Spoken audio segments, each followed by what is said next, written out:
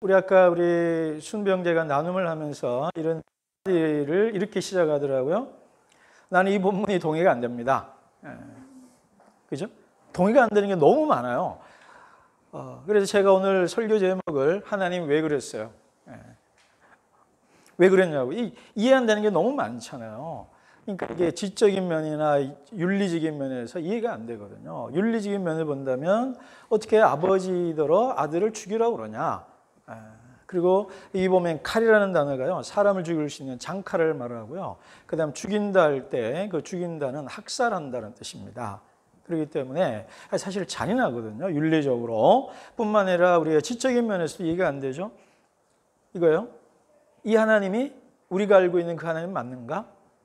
그러니까 이 하나님이 우리가 알고 있는 그 하나님이 맞는가? 이런 질문이 우리에게 나오죠. 그러니까 윤리적으로 봐도 동의가 안 되고요. 영적으로, 신앙적으로 읽어도 이 본문이 이해가 잘 안 됩니다.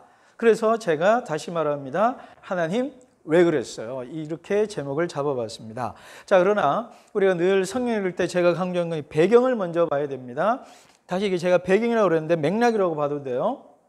맥락 속에서 읽어야 됩니다. 그러면 오늘 우리가 읽은 창세기 22장 1에서 14절의 맥락을 보면 원전 맥락, 먼 맥락에서 본다면 적어도 창세기 12장부터 22장까지 오는 긴 스토리, 내러티브의 연장선에 있습니다. 근데 재밌는 거는 요 아브라함이 이삭 바치라고 했던 요 사건 다음이 뭐냐면 나홀의 자손이라 해서 데라의 족보가 나와요.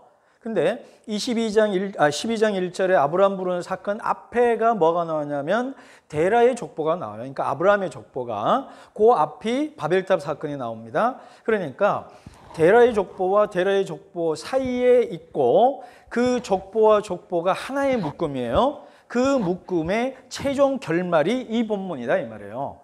그리고 그런 의미에서 본다면 아브라함 스토리를 일관되게 끌고 갈 수 있는 키워드가 있다면 바로 믿음입니다. 그러니까 믿음이 뭐냐 하면 아브라함 스토리를 쭉 얘기를 하면 되는 거예요. 그러므로 오늘 본문에서 아브라함에 나타난 믿음, 성경이 말하는 믿음이 무엇이냐에 대한 최종적인 결론적인 얘기다. 우리가 이렇게 읽을 수 있고요. 근전 맥락, 오늘 제가 이 부분을 상당히 강조할 것인데 항상 성경의 이야기는, 스토리는 앞의 맥락과 연결이 되어 있어요. 그러면 앞의 맥락이 뭐냐 하면 22장을 읽으려면 21장을 읽어야 되겠죠. 21장 사건은 두 가지로 기록되어 있어요. 하나는 이스마엘 사건이 있습니다. 이스마엘을 쫓아내는 스토리가 있고요. 그래서 하갈의 눈물이 나오고요. 그 하갈과 아이 때문에 구원해 주는 이야기가 나옵니다. 근데 여러분 21장에 보시면 하나님이 하갈이 우는 소리 때문에 구원해 주는 게 아니고 아이 이스마엘이 우는 소리 때문에 구원해 줘요. 아이의 울음소리. 그게 중요한 대목입니다. 그 다음이 뭐냐면 아브라함과 아비멜렉이 서로 협약을 맺는 거예요. 아브라함이 워낙 잘 되니까 아비멜렉이 너랑 나랑 약속을 맺자. 너 공격하지 마라. 나 너 공격하지 않겠다. 서로 지켜주겠다. 그런 협약을, 언약을 맺습니다. 계약 체결을 해요. 그게 바로 앞 사건입니다. 그러면 이 사건과 이 사건이 어떻게 연결되느냐? 키워드가 있어요. 우리 22장 1절이 뭐냐면 개역개정에는 그 일 후에 돼 있죠. 그 다음 우리말은 이런 일이 있은 다음에 돼요. 그럼 이런 일이 뭐냐 이 말이에요. 그게 바로 21장이고요. 21장에서 제가 보기에 가장 중요한 키워드는 21장 마지막 절이 아니고 33절. 우리 33절 같이 한번 볼까요? 제가 세 번역으로 읽어드리겠습니다. 아브라함은 브엘세바에서 에셀나무를 심고 거기에서 이제 중요한 단어가 나옵니다. 영생하시는 주 하나님의 이름을 부르며 예배를 드렸다. 자, 영생하시는 주 하나님의 이름을 부르며, 자, 아브라함이 21장 사건이 어찌하든지 간에 최종적으로 21장을 결론 짓는 말이 뭐냐면 하나님은 영생하시는 하나님이다 이 말이에요. 이거를 우리 세 번역에서는 영생하는 하나님으로 되어 있고 개역개정에서는 영원한 하나님으로 되어 있어요. 그리고 영어 성경 번역본들을 보면 NIV에서는 Eternal God, 그 다음에 킹 제임스 버전하고 NASB에서는 Everlasting으로 나와요. 그러니까 잘 봐요. 영생과 영혼으로 나와 있거든요. 자 보세요. 영생하는 하나님과 영원한 하나님으로 나와 있다 이 말이에요. 어쩌면 제가 이 전체의 가장 중요한 포인트가 여기입니다.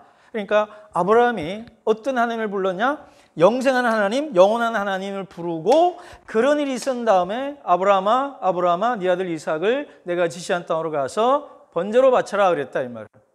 그러면 이 본문과 이 하나님, 이때 나타난 하나님과 이 하나님이 동일한 하나님이라고 맥락이거든요. 그러면 영생한 하나님이라고 나온다면 우리가 하나님을 읽는다면 영생, 죽지 아니함. 결론은 뭐예요? 네 아들 죽지 아니한다 이 말이에요. 이해되나요? 그죠? 그러면 영원한 하나님은 뭐냐? 너와 맺은 언약이 영원히 지켜질 거다 이 말이에요. 이게 두 개가 연결되어 있습니다. 아브라함의 언약의 핵심이 뭐예요? 너로 복의 근원이 되고 너의 씨로 말미암아 많은 민족이 나오고 모든 민족이 복을 받을 거다 그랬고 그 언약을 실행할 매개체가 누구냐면 이삭이었어요. 그래서 사라의 몸에서 난다고 그랬고 이삭을 통해서 너와의 맺은 언약이 이어질 거다라고 하나님이 명토박을 얘기를 했거든요. 그렇기 때문에 이 사건은 사실은 언약의 맥락에서 본다면 하나님이 자기가 말한 뱉은 말의 모순적인 행위를 요구하시는 거예요. 분명히 이삭을 통해서 나온 아이들로 인해서 후손이 많아질 거라고 그랬는데 하늘의 뭇별처럼 바다의 모래알처럼 많아질 거라고 그랬는데 이삭을 번제로 바치라? 그러려면은 하나님 당신과 나와 맺은 언약이 아비멜렉과 아브라함이 맺은 언약도 지켜지는데 하나님과 아브라함이 맺은 언약을 아브라함이 아닌 하나님께서 일방적으로 파기한다. 이게 하나님 앞에서는 모순이 되는 거고요. 그렇기 때문에 아브라함은 테스트한다는 말이 뭐냐면 내가 너와 맺은 언약을 내가 너에게 지킬 거란 걸 너 믿니? 내가 내 언약을 깨는 듯한 상황을 연출할 때 그래도 너는 나를 믿겠냐? 이런 맥락이에요. 그리고 너의 씨를 통해서 후손을 많아질 언약이 살아있다면 너의 아들이 영생하시는 하나님께서 나의 아이의 생명을 영원히 지켜줄 거다. 그 믿음이 있니? 라는 맥락에서 이 테스트가 나온 겁니다. 그래서 이 21장 33절을 놓치고 읽으면 안 된다는 거예요. 근데 제가 읽은 모든 주석들에 이 구절을 주목하는 학자가 거의 없더라고요. 저는 이게 중요하다고 봅니다. 그럼 사실 이 하나로 이 본문을 거의 다 설명 가능하다고 봐요. 너 정말 영생한다고 하나님 믿니? 영원하다고 믿니? 너희 아들의 생명을 지켜줄 거라고 믿니? 너와 내가 맺은 언약을 내가 어떤 상황에도 변개치 않고 지킬 거라고 믿냐? 안 믿니? 그 상황을 지금 요구를 하시는 거예요. 그 부르심을. 자, 이런 맥락이고 이게 가장 중요하다고 그랬죠. 근데 이게 또 요즘 중요한 맥락입니다. 외부 맥락을 했는데요. 요거는 텍스트적 맥락이에요. 본문 안의 맥락이고 요건 본문 밖의 맥락이고요. 제가 요 두자 맞춘다고 외부라고 했는데 사회적 맥락이라고 쓰면 됩니다. 사회적 맥락이 있어요. 지금 아브라함이 이삭을 번제로 바친다는 것은 인신 제사를 말합니다. 인신.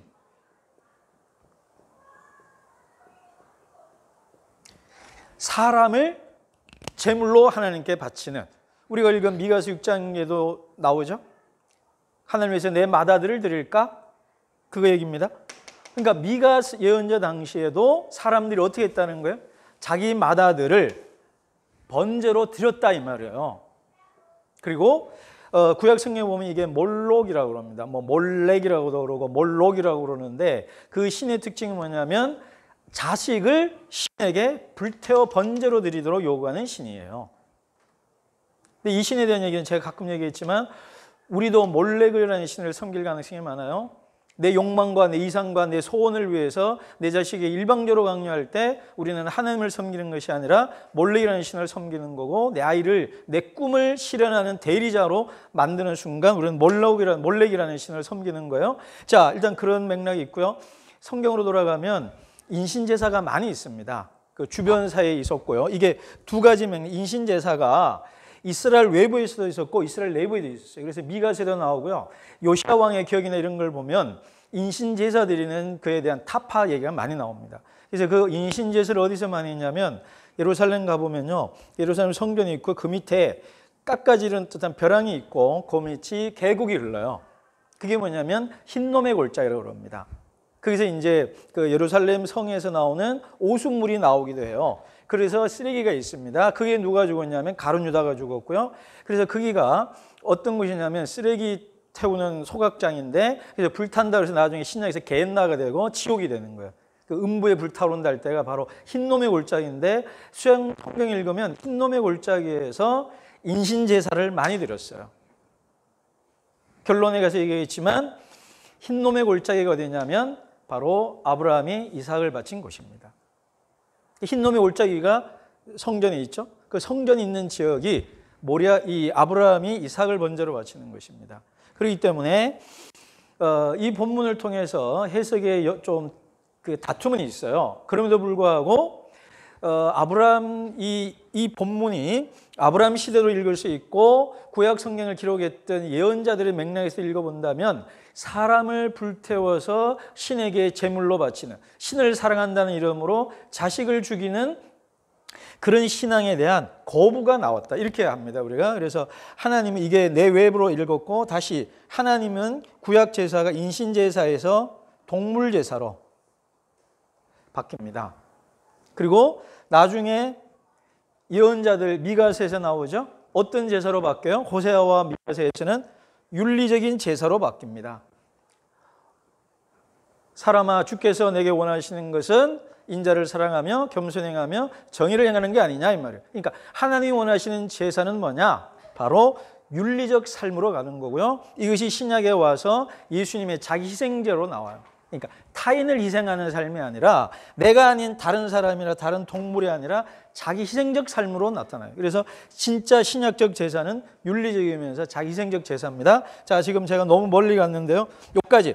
그래서 인신제사에서 동물제사로 넘어가는 맥락에서 하나님께서는 사람을 번제로 바치는 제사에 대한 거부를 표현하기 위해서 아주 드라마틱하게 극적으로 보여주기 위해서 이삭 사건을 이용하셨다. 우리 이렇게 해석할 수가 있습니다.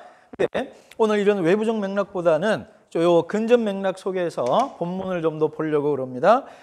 자, 하나님 왜 그랬어요? 이 말에 대한, 이게 시험이냐 이 말이에요. 22장 1절에 하나님이 아브라함을 시험해 보려고 그랬다, 이 말입니다. 하나님이 아브라함을 시험해 보려고 한다.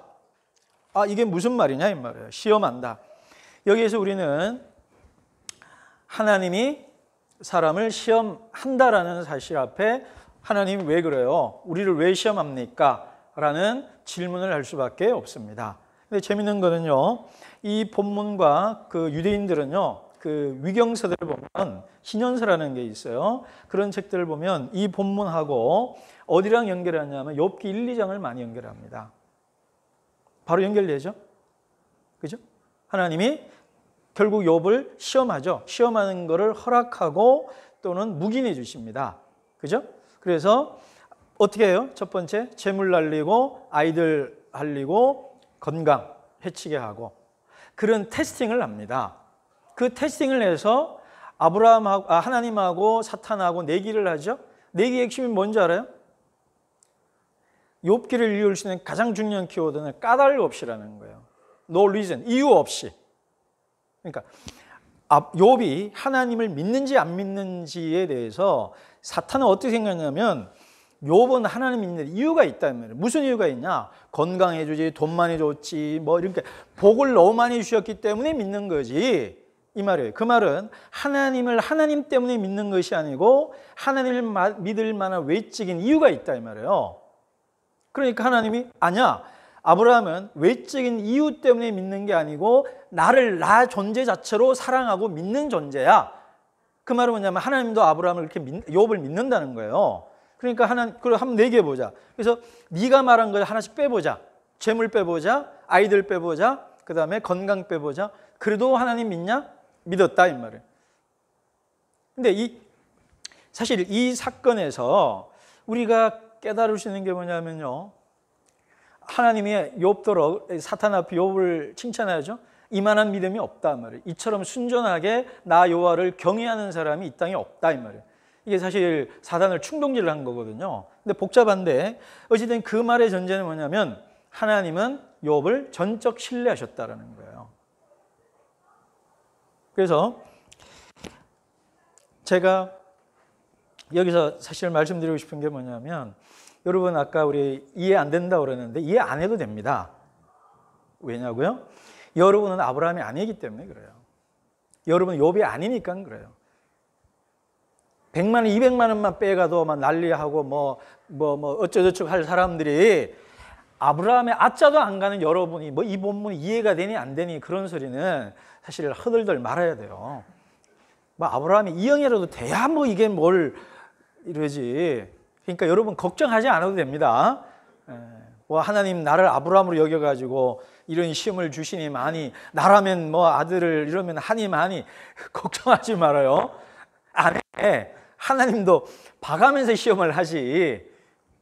욥이나 돼야 욥이 시험을 주고, 아브라함이나 되니까 이삭을 바치라 그러지. 어이, 정신을 차려요.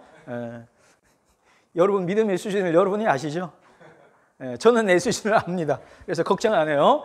그래서 이 말의 전제는 뭐냐면요, 어쩌면 이 본문은 하나님이 아브라함을 시험하는 거지만 진정한 의미는 신뢰한다는 말입니다. 신뢰인가라는 거예요. 하나님이 아브라함을, 욥을 신뢰한다는 겁니다. 믿으니까 이 정도 신뢰를 테스트를 하지, 우리는 이거 안 합니다.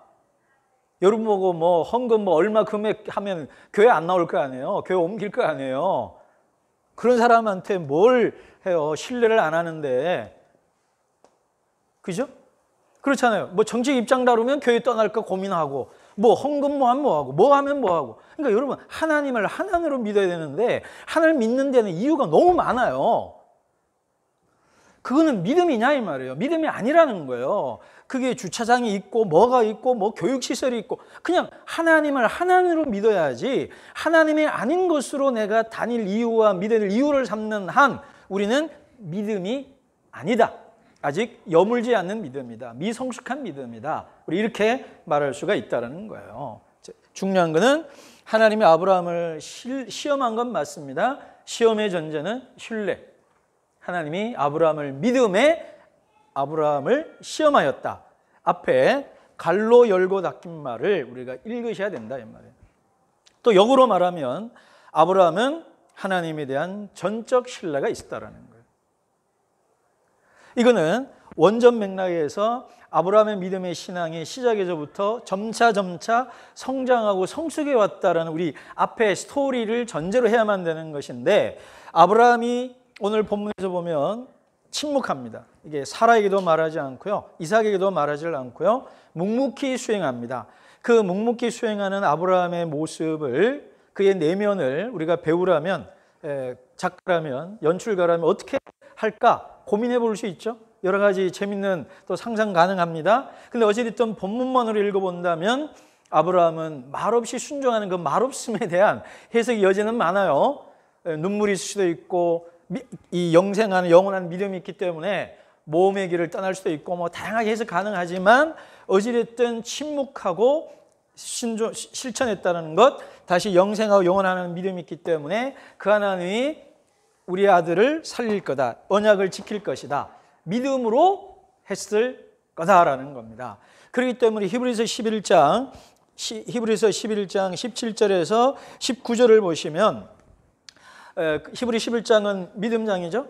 아브라함이 믿음으로 떠났다 이런 얘기 나오죠. 11장 17, 19절 그 세 번을 읽어볼게요.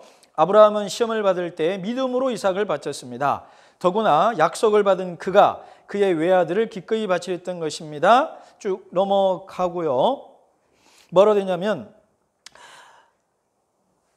하나님께서는 이삭을 죽은 사람들 가운데서도, 봐요, 하나님은 이삭을 죽은 사람들 가운데서도 되살리실 수 있다고 아브라함은 생각했던 것입니다. 그러므로 비유하자면 아브라함은 이삭을 죽은 사람들 가운데서 대받은 것입니다. 바로 요 맥락입니다. 히브리서가 왜 이 본문을 믿음으로 하냐면, 마치 죽은 사람을 대받는 것 같은 것처럼 여겼다. 그리고 죽은 사람들 가운데서 살릴 거다라고 아브라함이 믿었다는 말을 하는 근거가 뭐냐면 바로 이 본문이에요.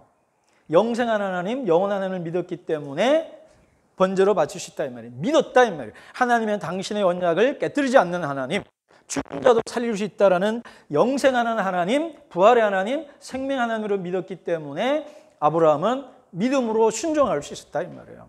그러므로 첫 결론은 뭐냐? 우리를 향한 시험이지만 우리를 믿기 때문에 하는 시험이라는 것. 이 믿음이라는 신뢰라는 전제가 있어야만 오늘 본문이 이해할 수 있다는 것. 그리고 아브라함도 하나님에 대한 신뢰가 있었다라는 것. 우리가 그것을 이해해야만 하겠습니다. 그러면 이렇게 본다면 제가 여러분에게 이건 뭐 아브라함 레벨이나 돼야 이런 시험이 오는 거다. 이렇게 해석을 해버리면 이 아브라함 이야기가 내 얘기가 안 되잖아요. 아브라함의 얘기가 내 얘기가 안 된단 말이에요. 그렇다면 나의 이야기로 읽으려면 어떻게 할 수 있을까? 어찌됐든 욥기와 아브라함의 경우에서 가장 사람들이 통상적으로 사랑한다고, 애착한다고, 집착한다고 여기는 것들을 하나씩 지어보는 과정을 거친 거예요. 그래도 하나님을 사랑한다, 그 하나님을 믿는다는 고백이 나오냐라는 것을 테스팅하는 거예요. 그렇다면 요지는 뭐냐면 내가 사랑하는 게 무엇인지를 테스팅해보는 과정이에요. 여러분 뭘 사랑하십니까? 여러분 하나님이 여러분에게 뭘 지울까요? 뭐 일단은 가장 우리가 살떨리는 거는 돈일 것 같아. 김호 기자님 그죠? 예. 아 솔직하죠 뭐. 저도 그렇고. 얼마 지울까요? 여러분 각자 한번 지어보십시오. 그리고 그걸 하나님이 그렇게 했다. 일단은 전제를 깔아봅시다.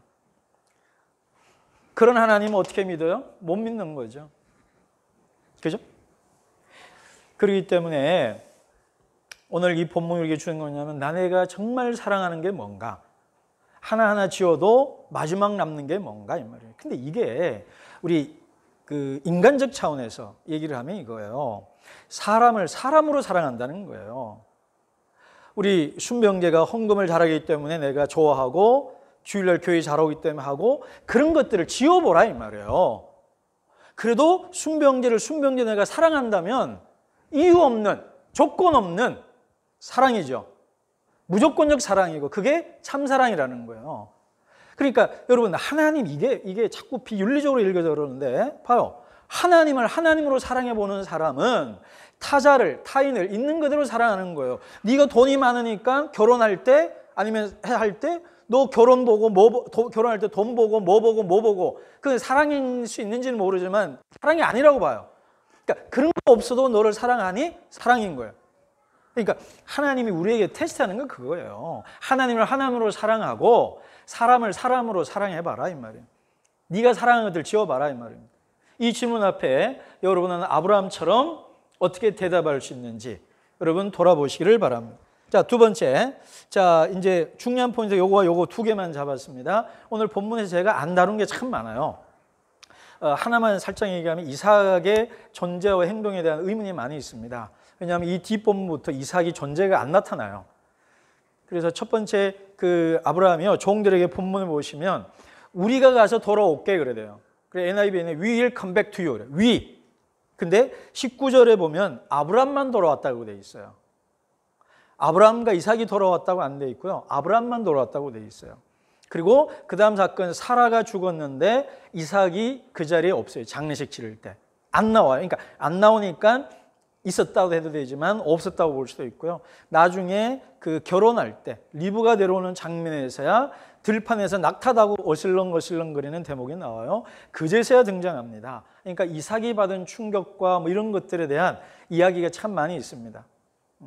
그리고 그것이 잘 나온 게 이제 곤여기전 케르케고로 보면 나오는데요. 어쨌든 이삭을 중심으로 놓고 보면 다른 이야기가 됩니다. 근데 이제 이삭은 제가 오늘 빼고 얘기를 하는 거예요. 그다음 자 아브라함이 한 행동이 이해가 안 되는 게 왜 사람을 시험하냐 이 말이에요. 그 얘기했죠. 그리고 왜 하는 이해가 안 되는 게 왜 윤리적으로 비윤리적인 행동을 아브라함에게 요구를 하냐 이 말입니다. 비윤리적인 요구를 여기에서 제가 우리 케르케고로 공포와 전율 또는 두려움과 떨림이라고 되어 있는 그 책 얘기를 잠깐 할게요. 그 책에 보면 아브라함 이 사건을 다룬 작품입니다.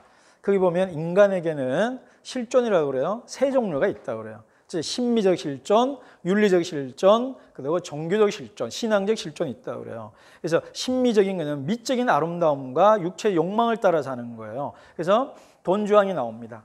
육체적 욕망을 따라 살았던 돈주왕. 근데 그게 너무 그래 부정적으로 나오지는 않아요. 그런 게 있죠, 우리 안에도. 그 다음에 뭐냐면 윤리적 실존이 나와요. 그 윤리적 실존의 대표가 누구냐면 아가멤논이라는 사람이 나옵니다. 그리스 이야기 나오는. 트로이 전쟁 나가질 때 총사령관이었죠. 근데 이제 바람이 안 불어요. 왜 안 부냐고 제장이 물어보니까 네가 어느 신의 그 사슴을 죽였다 이 말이에요. 사랑하는 사슴을. 그래서 그 신이 노예해서 바람을 못 불게 한다. 그럼 어떻게 하냐? 네 막내딸을 바쳐라 그래요. 그래서 고민하고 막내딸을 번제로 바칩니다. 트로이 전쟁 영화 이런 거 보면 항상 초반부에 등장을 해요. 그래 보면 그 나무 얼기설기 해놓은 거 위에다가 올려놓고 위에 뭐 돈 올려놓고 이러잖아요. 밑에서 불태웁니다. 그래서 번제로 바쳐요, 아가멤논. 그러면서 켈케오라는 말이 뭐냐면 공동체를 위한, 대의를 위한 희생이었기 때문에 정당성이 있다 이렇게 봐요. 정당성이.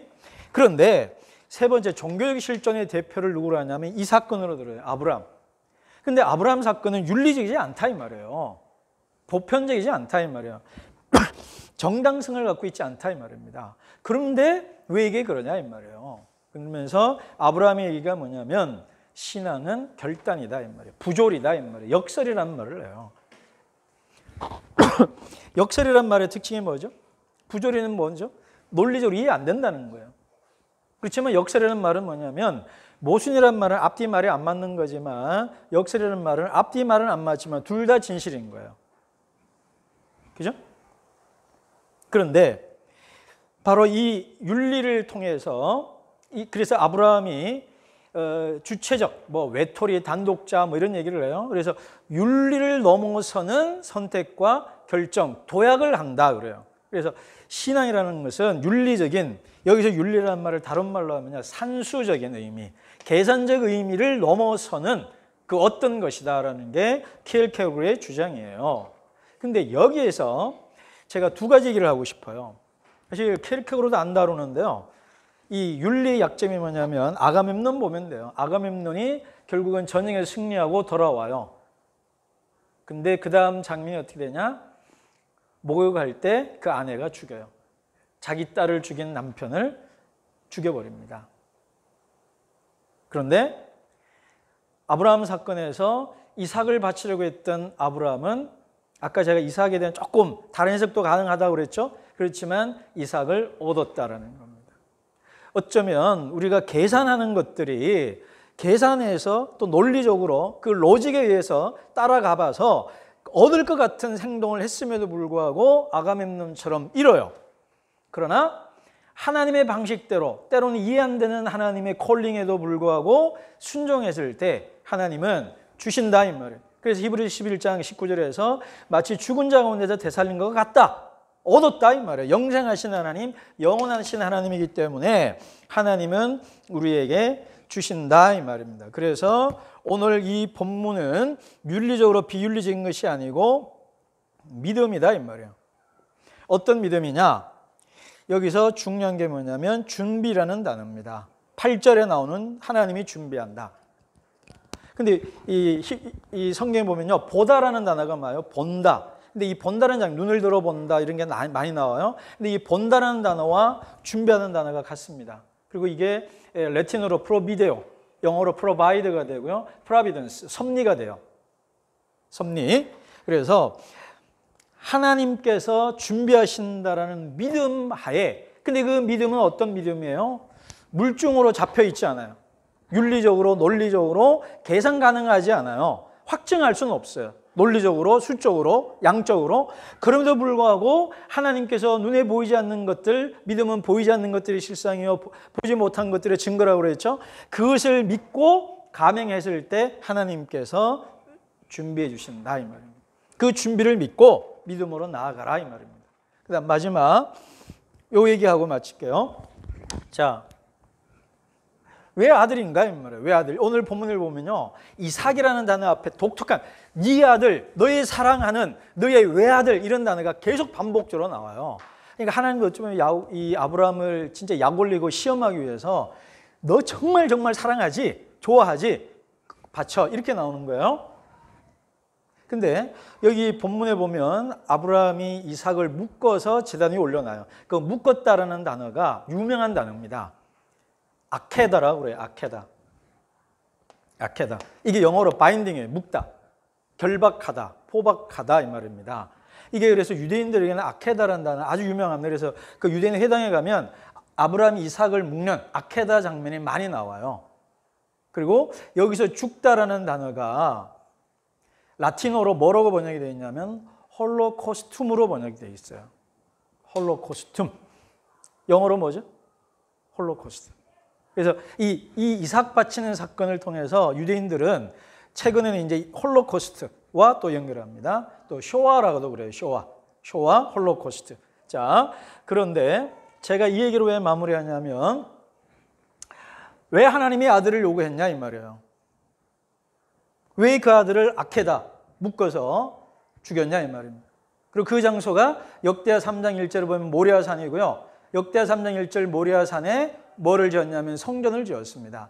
그리고 성전이 보는 언덕 건너편에서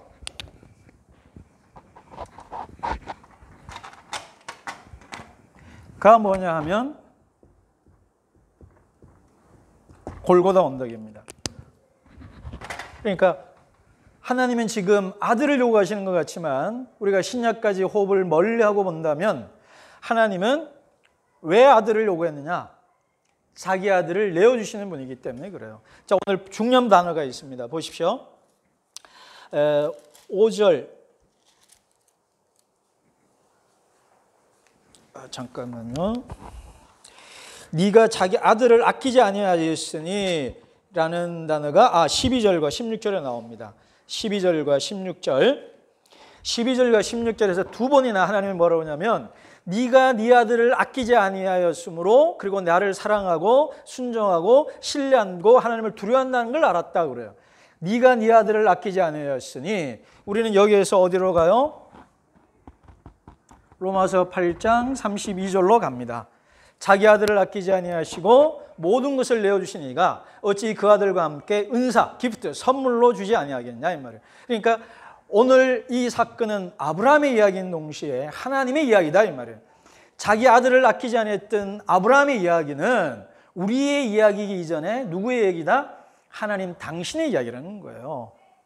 당신의 아들을 당신 스스로 아케다 묶어서 그 목에 칼을 들여서 피를 흘리고 번제로 바쳐려고 했던 그 요구가 결국은 어디에서 실행되냐면 몇천 년 뒤 골고다 언덕, 아케다를 있었던 그 언덕 위에서 당신의 아들 예수 그리스도를 피 흘려 죽이게 하심으로써 구속을 완성시키셨잖아요. 바로 왜 아들인가? 이삭이라는 아들이 아니라 아브라함이 아니라 바로 예수라는 아들을 하나님이 우리를 위해 주셨다 이 말입니다. 그래서 오늘 본문에서 우리가 제가 결론을 하고 싶은 거냐면 아들을 요구하시는 하나님 이전에 자기 아들을 아끼지 아니하고 내어주시는 하나님의 십자가의 사랑, 골고다의 사랑을 우리가 보지 못하면 이 본문 이해할 수 없습니다. 그러므로 우리가 하나님 왜 아들을 바치라는 말도 안 되는 비윤리적이고 말도 안 되는 시험을 하는 이런 터무니없는 하나님, 회개망측한 하나님, 흉악한 하나님으로 나타납니까? 라고 물었다면 이제 우리의 질문은 뭐냐면 왜 당신은 자기 아들을 아끼지 아니하고 나를 위해 십자가에서 내어주셨어요? 하나님 왜 그랬어요? 내가 당신의 아들이 죽어야 될 만큼 가치 있는 존재인가요? 그렇게 내가 소중한가요? 이 질문을 여러분 할 수 있어야 합니다. 어떠세요? 왜 하나님 아들 바치라는 말도 안 되는 얘기를 해요? 아니요. 왜 하나님은 당신의 아들을 나를 위해 십자가에서 희생시켰어요? 왜 말도 안 되는 그런 일을 하셨어요? 그는 반항적 질문이 아니죠. 사랑과 경탄과 경이로움과 경악에 가까운 감사의 말로 하나님 왜 그랬어요? 아케다에도 왜 그랬고 골고다에서도 왜 그랬어요? 이것이 오늘 본문이 우리에게 주는 마지막 교훈입니다. 이런 하나님의 사랑으로 여러분의 삶이 아브라함처럼 믿음으로 나아가시고 믿음으로 성장하시기를 주의 이름으로 축복합니다. 아멘. 자, 우리 축도하겠습니다.